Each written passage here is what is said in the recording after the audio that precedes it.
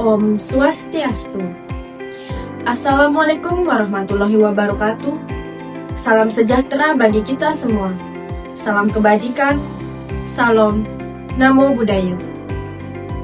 Yang terhormat Bapak Dr. Nars Imade Sundayana, Eskap MSI MKes, yang pada kesempatan kali ini diwakili oleh Ibu Bidan Nimade Kalina Sumiari Tangkas, SSTMH, selaku Waka3 Bidang Kemahasiswaan Stikes Buleleng.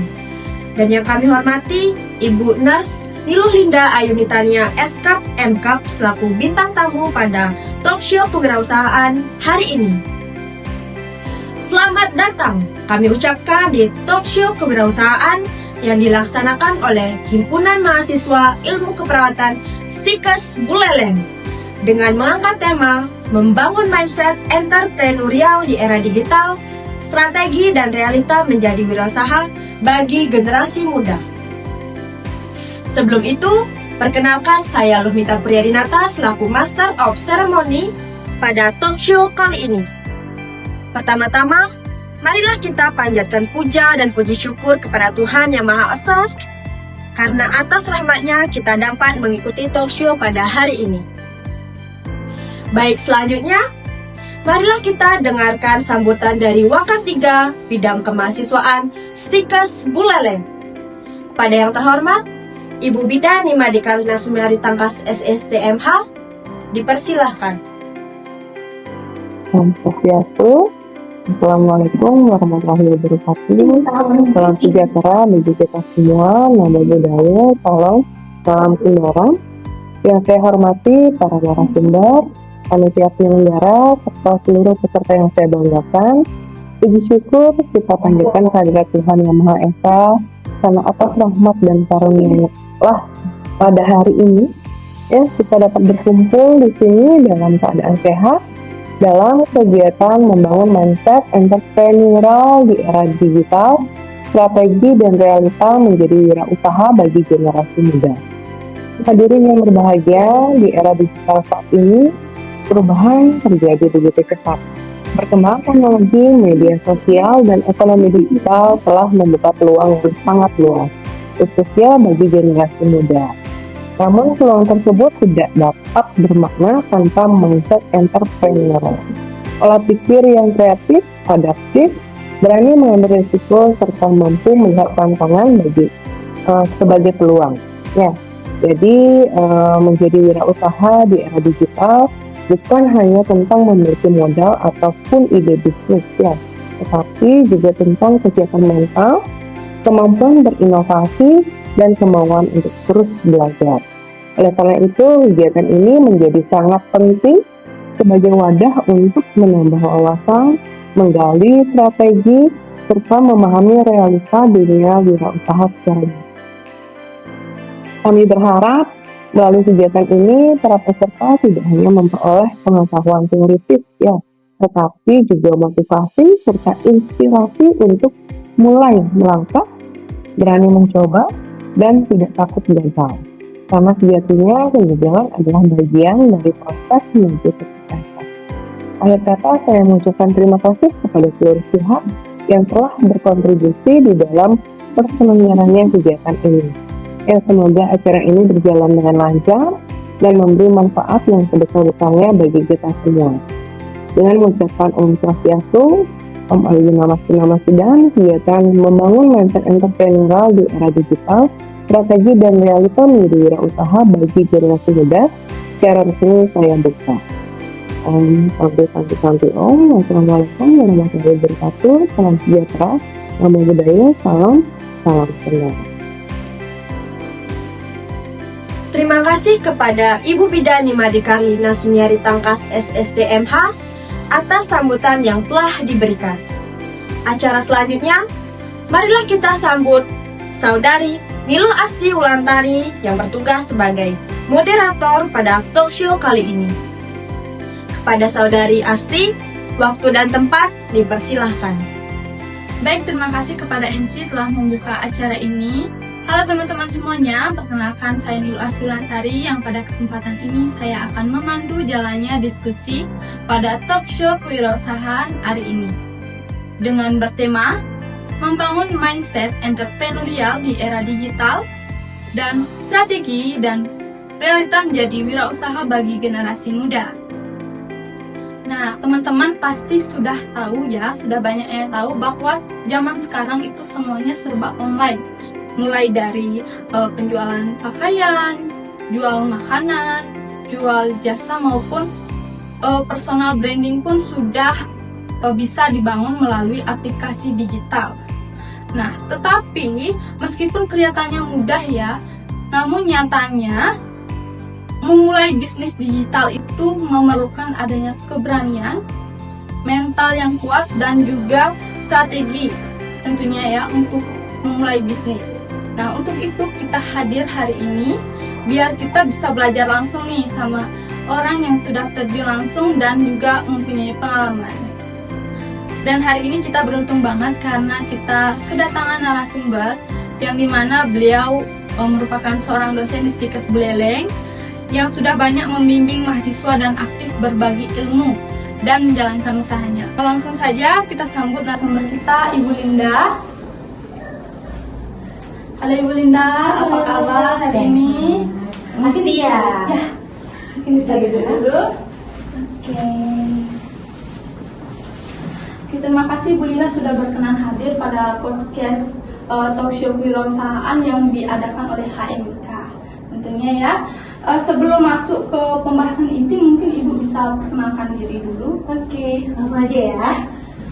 Om Swastiastu, Assalamualaikum warahmatullahi wabarakatuh. Salam sejahtera untuk kita semua, namo buddhaya, shalom, salam sendara.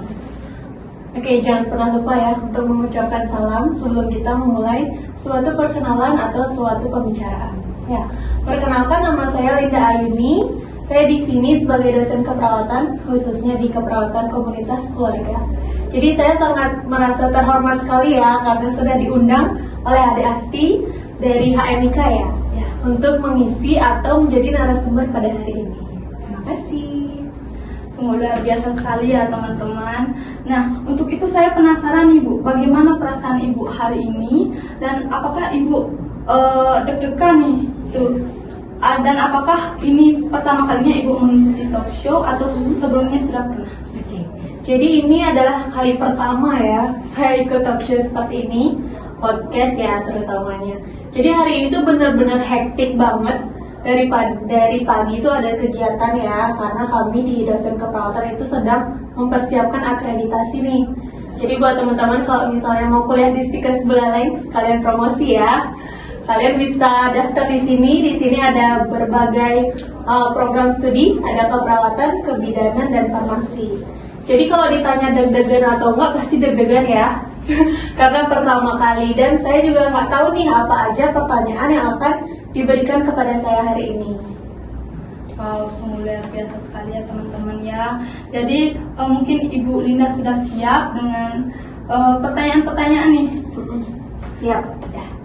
Oke, pertanyaan pertama ini Ibu. Bu Linda, apa yang membuat Ibu tertarik memulai bisnis di era digital? Dan adakah motivasi yang Ibu tanamkan waktu itu pada diri Ibu sendiri? Oke, jadi yang menjadi motivasi saya ketika saya baru memulai bisnis itu termotivasi dari cuan. Ya, karena kalau bisnis pasti nggak jauh-jauh dari cuan kan. Ya. Oke, jadi dulu saya mulai bisnis itu dari SMA, kelas 2 SMA tepatnya, sampai sekarang. Jadi selain cuan juga kita bisa mengembangkan potensi yang ada di dalam diri kita. Wow, dari SMA loh teman-teman. Sungguh sangat kreatif ya tentunya. Kalau saya dari SMA, gak kepikir gitu. Oke, lanjut nih Ibu. Menurut Ibu di era sekarang peluang apa saja yang paling menjanjikan kalau kita ingin memulai usaha online seperti itu? Oke, jadi peluang yang saat ini sedang booming, kalau menurut saya pribadi ya, tentunya di usaha kuliner. Jadi usaha kuliner itu bisa kita laksanakan offline maupun online di digital. Nah, kuliner itu kan kita makan setiap hari ya. Beda dengan usaha yang lainnya, misalnya pakaian atau usaha pangan yang lainnya, pasti itu tidak dibutuhkan setiap hari. Kalau makanan kita pasti perlu setiap hari. Itu sih usaha makanan kuliner. Ya, karena mungkin dari orang-orang itu seperti kerja sebagai food vlogger ya Ibu ya. Betul. Jadi mungkin itu peluangnya ya teman-teman. Kemudian strategi digital marketing seperti apa yang paling efektif untuk pemula Ibu? Terutama mahasiswa atau generasi muda yang kepingin memulai usaha gitu. Oke. Jadi sebelum kita memulai usaha, kita lihat dulu nih kita aktifnya di sosial media yang mana. Jadi ada yang aktif di WA, ada yang aktif di TikTok, ada yang aktif di Facebook dan Instagram ya. Jadi kalau misalnya saya dulu lebih sering aktif di WA. Ya, jadi di WA itu kita bisa save nomor teman-teman, siapapun yang ngechat di save aja dulu. Itu adalah strategi yang paling awal sebelum kita memulai usaha atau pemasaran di WA. Kalau kita nggak save nomor orang, otomatis kan dia nggak akan tahu nih, nggak akan bisa lihat status kita. Itu sih. Kalau mahasiswa juga mungkin di WA dan Instagram ya, lebih aktifnya ya. Iya. Ya, jadi bisa pemasarannya di WA dan di Instagram. Gitu. Oke, lanjut. Mungkin Ibu membangun personal branding dan menarik pelanggan pertama melalui media sosial atau platform online. Itu kan sudah di WA dan juga Instagram yang paling banyak ya tentunya. Nah, apa hal yang penting yang harus dipersiapkan oleh seseorang sebelum terjun ke dunia usaha digital? Oke, seperti tadi yang dikatakan sama Asti, yang paling penting banget dipersiapkan adalah keberanian. Ya, kalau kita nggak berani, niatnya maju mundur, nggak 100% kita mau buka usaha, itu nggak akan jalan. Ya, setelah keberanian, kita harus bisa personal branding. Ya, personal branding nggak harus kita punya merek. Misalnya kita baru buka usaha nih, kita tiba-tiba udah memikirkan merek apa yang tepat untuk usaha kita. Nggak harus. Jadi kita berproses dulu personal branding dengan diri kita sendiri. Misalnya saya upload status di WA ya. Jadi orang-orang kan taunya itu saya, Linda gitu. Oh, Linda jual ini, dan upload status itu, upload dagangan, jangan setengah-setengah. Harus tetap di-repost setiap hari, karena orang pasti main sosial media setiap hari kan. Jadi dilihat setiap hari, terus nanti mereka akan ingat, oh Linda nih kayaknya dia jual ini deh. Kalau kita cuma aktif sehari ini jualan, terus tiba-tiba besok nggak upload lagi, orang akan lupa. Ya, Itu sih. benar sekali ya teman-teman. Karena untuk memulai suatu usaha kan mempunyai keberanian dulu dan juga strategi yang tentunya, apalagi waktu ya Ibu ya. Betul. Baik, mungkin kita lanjut ke pengalaman Ibu dan menjadi pengusaha ya. Dalam perjalanan Ibu sebagai wirausaha muda, tantangan apa sih yang paling berat dan apa yang membuat Ibu tetap bertahan? Oke. Jadi hal yang paling berat yang dirasakan dulu pada saat saya baru mulai usaha ya, itu di modal. Ya, karena usaha kan perlu modal. Iya. Jadi dulu pada saat SMA itu seingat saya dulu jual fotokopian LKS. Ya, jadi dulu kan masih zaman-zaman LKS ya, tapi sekarang masih ada nggak ya zaman itu? Kalau di saya masih sih. Masih ya. Jadi ada zaman LKS, ada tuh teman-teman yang nggak kebagian LKS. Jadi saya berinisiatif, termasuk saya juga, saya nggak kebagian juga. Jadi saya inisiatif fotokopi LKS saya, kemudian besoknya saya bawa ke sekolah nih. Terus kasih lihat ke teman-teman, kalian mau nggak fotokopi di aku? Jadi nanti aku kasih harga yang murah deh, soalnya ini fotokopinya deket banget sama rumahku gitu. Terus tiba-tiba respon dari teman-teman tuh baik, mereka mau gitu fotokopi LKS. Jadi di sana itu tantangannya adalah modal. Saya nggak mikirin kalau fotokopi yang banyak itu mengeluarkan modal, ya. Jadi saya pinjam modal sama nenek saya ya dulu, pinjam uang sama nenek untuk fotokopi LKS. Terus saya naikin harga 1.000 sampai 2.000 aja per satu LKS itu. Jadi kurang lebih ada 30 teman yang mau fotokopi. Kan ada tuh keuntungannya. Jadi itu saya tabung dulu sebagai modal awal. Saya memulai usaha. Oh iya, membuat tetap bertahan itu karena semangat dan saya melihat hasil. Ya, karena ada hasil, dapat untung baru 15.000 kan nggak mungkin puas kan. Jadi saya mencari keuntungan yang lebih banyak lagi supaya puas, tahu nih letak puasnya di mana. Gitu. Jadi selain LKS, saya cari-cari nih media sosial kira-kira apa yang bisa saya jual. di kalangan teman-teman saya saat itu masih SMA ya. Jadi kalau misalnya mau jualan, kita lihat dulu target pasarnya, kita mau jualan kemana, dan yang cocok kita jual di sana tuh apa. Kalau misalnya sekarang nih di tingkat universitas ya, atau perguruan tinggi, biasanya yang cocok dijual tuh apa pasti? Mungkin kalau saya peralatan-peralatan sekolah. Peralatan sekolah, oke bisa. Alat tulis ya, alat tulis yang tentunya yang menarik, nggak monoton gitu itu aja. Kemudian di sini juga kita bisa jualan bahan ajar, misalnya buku keperawatan ya. Kalau di keperawatan, buku ajar keperawatan itu bisa kita cari di toko oren ya misalnya. Kita bisa cari di toko oren, kemudian kita kasih tahu nih ke teman-teman, misalnya di materi saya ya, keperawatan keluarga. Saya bisa aja tuh jualan ke mahasiswa. Adik-adik, kalau kalian tertarik untuk membeli buku ini, silakan hubungi ibu ya gitu. Tapi kalau di tingkat perguruan tinggi, dosen jualan ke mahasiswa nggak boleh. Jadi kalau adik-adik kalian ya sebagai mahasiswa mau jualan ke teman-teman itu masih boleh. Ya, tapi lihat dulu target pasarnya di mana. Apa yang diperlukan sama teman-teman kalian. Kemudian harganya juga silakan dicek-cek dulu. Kira-kira di toko mana yang paling murah, beli yang itu. Supaya nanti kalian jualan ke teman-teman nggak terlalu mahal juga. Gitu. Dan selain modal, juga teknik pemasaran ya Bu ya. Kita harus melihat dulu nih modal kita berapa, kemudian sasaran kita di mana, siapa gitu ya. Kemudian bagaimana Ibu bisa membagi waktu antara menjadi dosen serta berwirausaha. Jadi kalau sekarang ini saya kan sering jualnya tuh salad buah ya. Itu bisa dilakukan setelah saya pulang kerja. Pulang kerja bisa dibuat dulu saladnya, kemudian keesokan harinya saya biasanya sering nitip di kantin kampus. Ya, kemudian di hari Sabtu dan Minggu itu ada space waktu kan, space libur. Jadi di sana juga saya bisa melakukan atau menjalankan usaha sampingan. Jadi usaha yang saya jalankan sekarang itu adalah usaha sampingan adik-adik. Jadi pekerjaan utama tetap dosen, tapi usaha sampingan itu ada usaha makanan. Luar biasa sekali ya. Mungkin Ibu biasanya nitip di kantin kampus kan? Ada nggak nitip di luar seperti itu? Ada. Jadi selain salad buah, saya juga jual mochi. Ya, jadi itu dititip di ada namanya KSA atau Serba. Pernah dengar? Pernah. Iya. Jadi itu ada di berbagai desa ya. Adanya di Sangsit, terus di Jalan Udayana juga ada, kemudian di Bakti Srage. Gimana lagi ya? Itu aja kayaknya ya.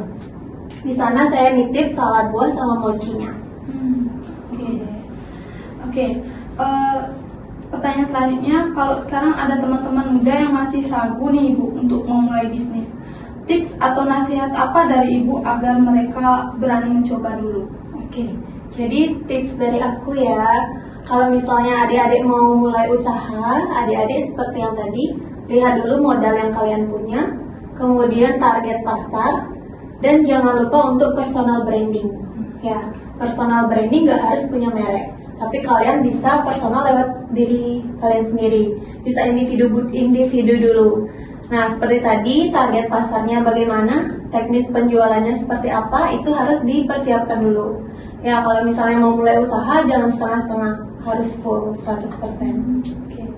Itu ya teman-teman, mungkin dari Ibu mempunyai akun media sosial, mungkin usahanya itu di Instagram. Ada di Instagram, nanti saya taruh di sini. Silakan berkunjung ya. Oke Ibu, mungkin itu saja yang saya tanyakan untuk Ibu. Terima kasih banyak Ibu Linda sudah membagikan pengalaman dan juga tips untuk teman-teman semuanya. Saya yakin banyak dari kita semua, khususnya generasi muda, jadi lebih paham bagaimana memulai atau menjalani bisnis digital gitu. Sebelum kita akhiri diskusi ini, mungkin Ibu Linda ada pesan terakhir buat teman-teman semua. Jadi kalau tadi saya lupa bahas bisnis digitalnya ya, tadi cuma fokus ke online WA aja. Jadi bisnis digital itu selain kuliner, adik-adik juga bisa menjual jasa. Ya, misalnya nih Asti, pintar buat makalah. Ya, jadi Asti bisa joki tuh makalah ke teman-teman. Tapi dengan satu syarat, teman yang ngejoki itu dia harus paham. Misalnya dia beli makalah sama Asti nih, dia juga harus belajar, dikasih tahu ilmunya apa aja. Itu, jadi diajarin dulu, kamu mau beli makalah tapi harus siap belajar sama aku.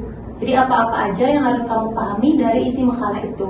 Jadi jualan itu jangan hanya memikirkan benefit yang kita dapat aja, tapi pikirkan juga benefit atau keuntungan yang didapat oleh konsumen kita. Ya harus paham Ya, betul.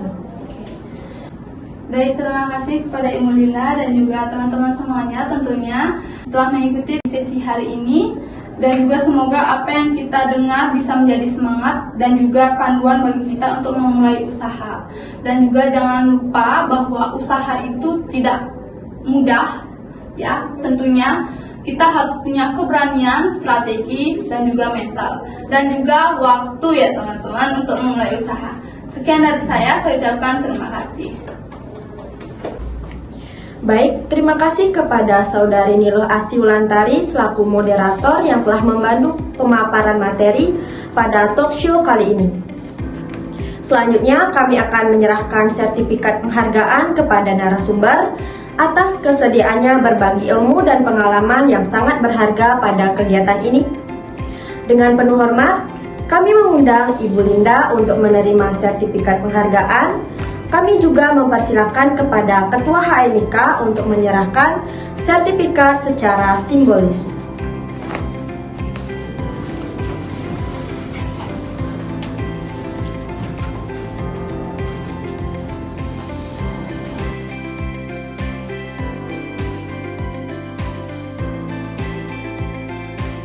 Teman-teman pengusaha muda, tidak terasa kita sudah tiba di penghujung acara talk show hari ini. Terima kasih kepada seluruh penonton yang telah menyaksikan dari awal hingga akhir, serta seluruh pihak yang membantu mensukseskan acara ini.